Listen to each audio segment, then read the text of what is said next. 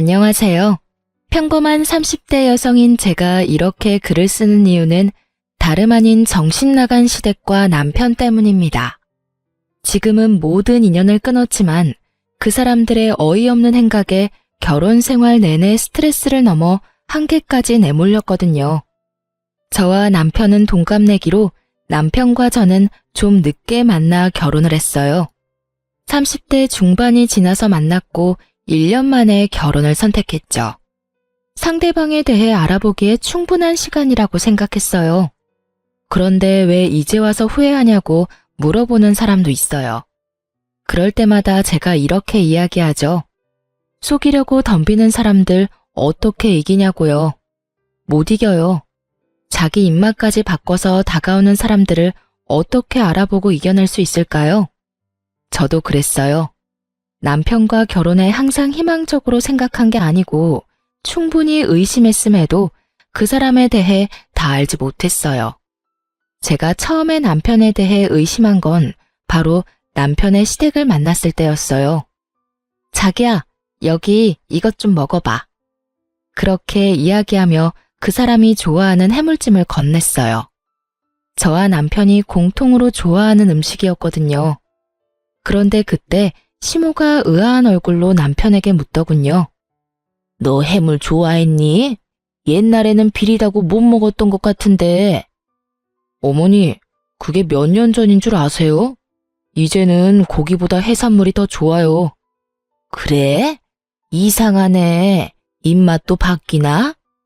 시부모는 저보다 더 남편에 대해 모르는 것 같았어요. 근데 너 직장 어디 다닌다고 했지? 그냥 중소기업이에요. 월급도 최저시급밖에 안 돼요.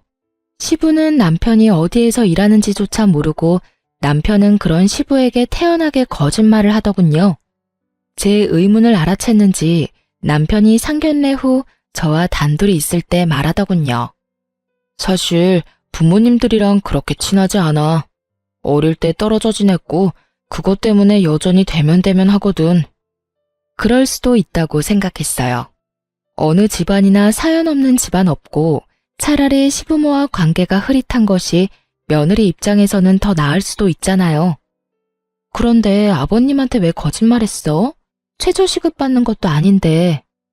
당신만 내 진짜 월급 알면 돼. 두 분이 나랑 결혼하는 것도 아닌데 뭐. 난 당신한테는 속이는 거 없어.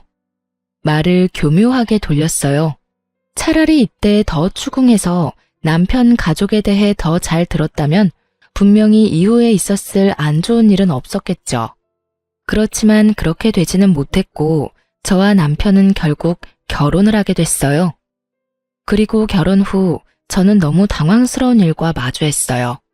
남편과 상견례 전까지 연락도 그다지 안 하며 지냈던 시부모가 결혼 직후 저희 집에 너무 자주 찾아오더군요.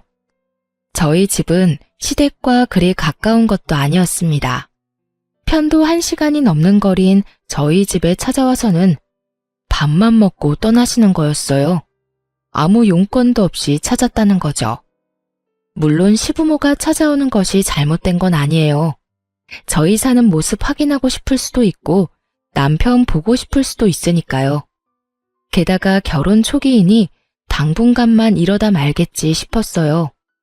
그런데 시부모가 집에만 오면 돈이 없어지더군요.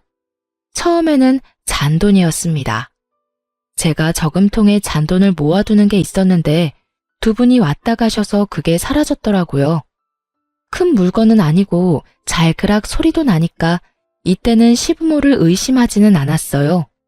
그런데 두 번째 분실부터는 시부모를 의심할 수밖에 없었어요. 두 번째 분실된 건 제가 비상시에 쓰려고 몰래 숨겨둔 비상금 30만 원이었어요. 그걸 안방 화장대 서랍장 안쪽에 넣어놨는데 그게 사라진 거예요. 그리고 제가 시부모를 의심하는 이유는 하나뿐이었어요.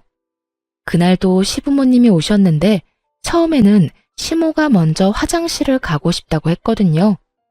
그런데 시모가 화장실 들어가자마자 시부도 화장실이 가고 싶다고 하는 바람에 어쩔 수 없이 안방 화장실을 안내해드렸어요. 그리고 두 분과 식사를 하고 용돈이라도 드려야 하나 싶어서 안방 화장대 서랍장 안쪽에서 현금을 꺼내드리려고 했는데 그게 그 사이에 없어진 거예요. 당연히 의심은 시부에게로 쏠릴 수밖에 없었죠. 무척 의심스러웠지만 추측만 가지고 시어른을 추궁을 할 수는 없잖아요.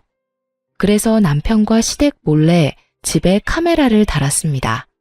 그리고 한 달 뒤 시부모가 온다는 말에 똑같이 화장대 안쪽에 돈을 넣어뒀어요. 그리고 그날도 또 돈이 사라졌고요. 카메라에 시부가 돈 훔치는 걸 확인한 저는 남편에게 먼저 말했어요. 여보, 당신한테 할 이야기 있어. 사실 돈이 자꾸 없어지는데 그거 아버님이 가져가시는 것 같아. 당신이 부모님한테 말해서 앞으로는 집 말고 밖에서 식사하자고 해주면 안 될까? 말하기 힘들었지만 이번에 말하지 않으면 안 될 것 같아 큰 마음 먹고 말했죠. 대신 추궁하는 것처럼 보이지 않도록 어조를 좀 부드럽게 말했어요. 솔직히 남편 입장에서도 부모님 때문에 자기가 듣기 싫은 소리 들어야 하는 입장이니까요. 일의 책임자가 시부인데 남편을 혼내는 것처럼 보이고 싶지는 않았거든요. 그런데 남편 반응이 이상했어요. 우리 아버지가? 우리 부모님이 뭐하러 돈을 훔치겠어. 당신 설마 우리 부모님이 집에 오는 거 마음에 안 들어서 그런 말 하는 거야? 내가 부모님이랑 가깝지 않다고 해서 당신이 이런 식으로 구는 건 좀 아니지. 아무리 그래도 증거도 없이 사람을 모함하는 건. 증거가 있으니까 하는 말이지. 집안에 돈이 2번이나 없어져서 안방에 카메라 달아뒀어. 그런데 아버님이 그거 가져가는 모습 그대로 찍혔어. 솔직히 내가 과민 반응이면 차라리 나았을 거라는 생각까지 들던데 당신 부모님이 마음에 들고 안 들고를 따지는 게 아니야. 단순하게 돈이 없어지는 거에 대해서 말하고 있는 거라고. 매번 오실 때마다 돈이 없어지면 불안해서 집에 모실 수 있겠냐 이 말이지. 시부의 도둑질 장면이 그대로 찍힌 동영상을 보여주니 남편이 한숨을 푹 내쉬더니 나를 빤히 바라보며 답답하다는 듯 말하더군요. 아, 카메라는 또 언제? 그래서 나한테 이거 보여주면서 말하는 이유가 뭔데? 내가 부모님을 도둑이라고 신고라도 해야 한다는 거야? 그런 말이 아니잖아. 당신이 아버님한테 말 좀 잘해서 이제부터는 밖에서 보자고 하면 되잖아. 우리 집 안에서 보니까 계속 돈이 사라지는 거고. 돈이 없어진다는 걸 핑계로 집에 우리 부모님 드리고 싶지 않은 거잖아. 그리고 얼마 없어졌는데? 당신 말하는 거 보니까 꼴랑 50만 원 내외로 없어진 것 같은데 그런 건 그냥 눈 좀 감아주면 안 돼? 힘들게 사셔서 그래. 가족끼리 힘들 때는 좀 도우면서 살자. 어? 왜 그걸 이런 식으로 못 잡아먹어 안달이야? 돈 때문에 힘들 때 돈 보이면 그런 마음 생길 수도 있지. 집안에 돈을 놔둔 당신한테도 잘못은 있는 거야. 남편 말을 들으면서 어이가 없었어요. 돈 때문에 힘들던, 돈으로 놀고 싶던 무슨 이유에서건 남의 집안을 뒤지는 사람을 우리는 도둑이라고 부르죠. 시부가 그런 일을 하다 며느리에게 걸렸고 그걸 제 입으로 이야기해서 면박 주는 것보다 남편이 좋게 타이르는 게 좋을 것 같아 한 말인데 남편은 저를 시부모 타박이나 하는 못된 며느리로 몰아갔어요. 나한테 도대체 무슨 잘못이 있는데? 시부모님 저렇게 찾아올 때마다 식사 대접하랴 용돈 드리랴 내가 못하는 건 뭐가 있는데? 당신이야 몸만 와 있으면 끝이겠지. 요리는 하늘에서 뚝 떨어져? 청소는 당신이 하는 거 아니잖아. 그리고 어떻게 당신 입에서 꼴랑 50만 원 내외라는 말이 나와? 땅을 파봐 그 돈이 나오나. 당신 가족이라서 내가 이렇게 말하는 거지 가족이 아니었으면 당장 경찰서에 신고했을 거라고. 아, 됐어. 당신이 얼마나 속 좁은 여자인지 알았으니 이제 그만하자. 신고를 하든 뭘 하든 당신이 알아서 해. 당신은 가만히 보면 냉정한 구석이 있어. 우리 부모님 힘들게 살았는데 그거 하나 이해도 못 해주고 가족끼리 도우며 산다고 생각하면 끝날 일에 이런 식으로 토를 달아서 사람 귀찮게 하고 당신 알아서 해. 결국은 남편은 저와의 대화를 강제로 끝내버렸어요. 정말 화가 났어요.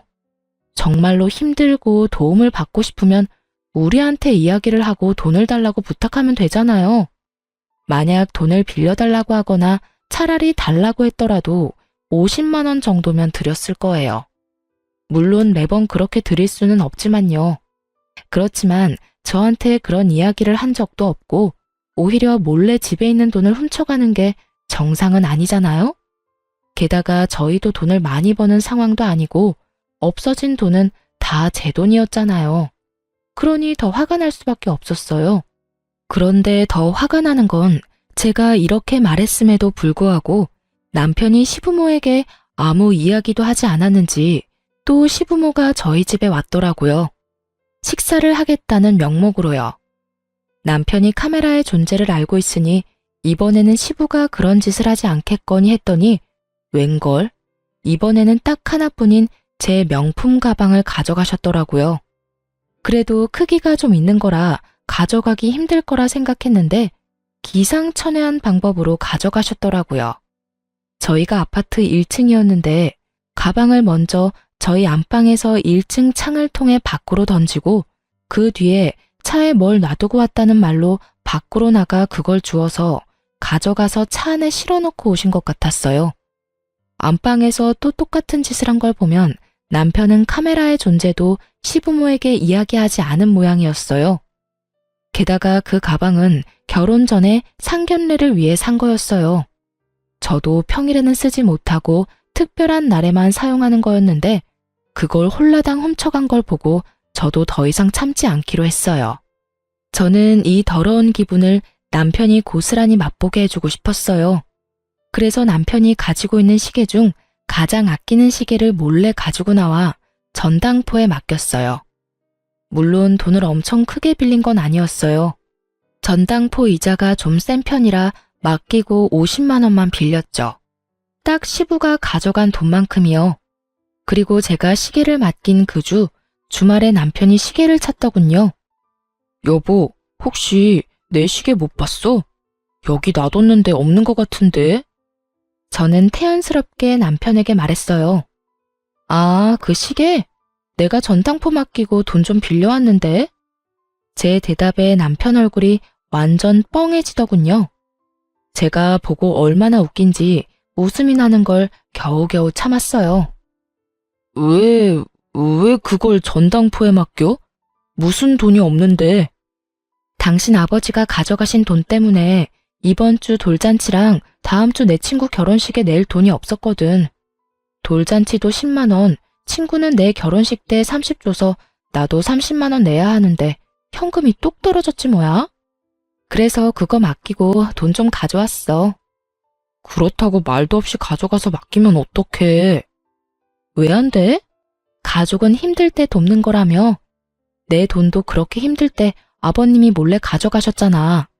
당신이 오히려 내 탓하길래 그게 당신 가족 가풍인 줄 알았지. 그래서 나도 몰래 맡겼어. 그래도 난 좀 괜찮은 편인 것 같은데? 아예 가져가서 입 싹 닦은 건 아니잖아. 이틀 전에 두 분 오셔서 내 명품 가방도 싹 가져가셨던데. 그건 다시 돌려받지도 못할 거 아냐. 그런 거 생각하면 내가 참 착하지? 당신이 돈만 내주면 다시 돌려받을 수 있을 테니까. 남편이 제 말에 대답을 못하더군요. 입만 벙긋거리는데 저는 웃어줬어요. 그러게 왜 남의 가방을 건드려서 이 모양 이 꼴로 만드는지. 어디 전당포 맡겼는데? 얼마 주고 맡겼어? 그거 알고 싶으면 일단 내 가방부터 찾아와. 그거 가르쳐주면 알려줄게.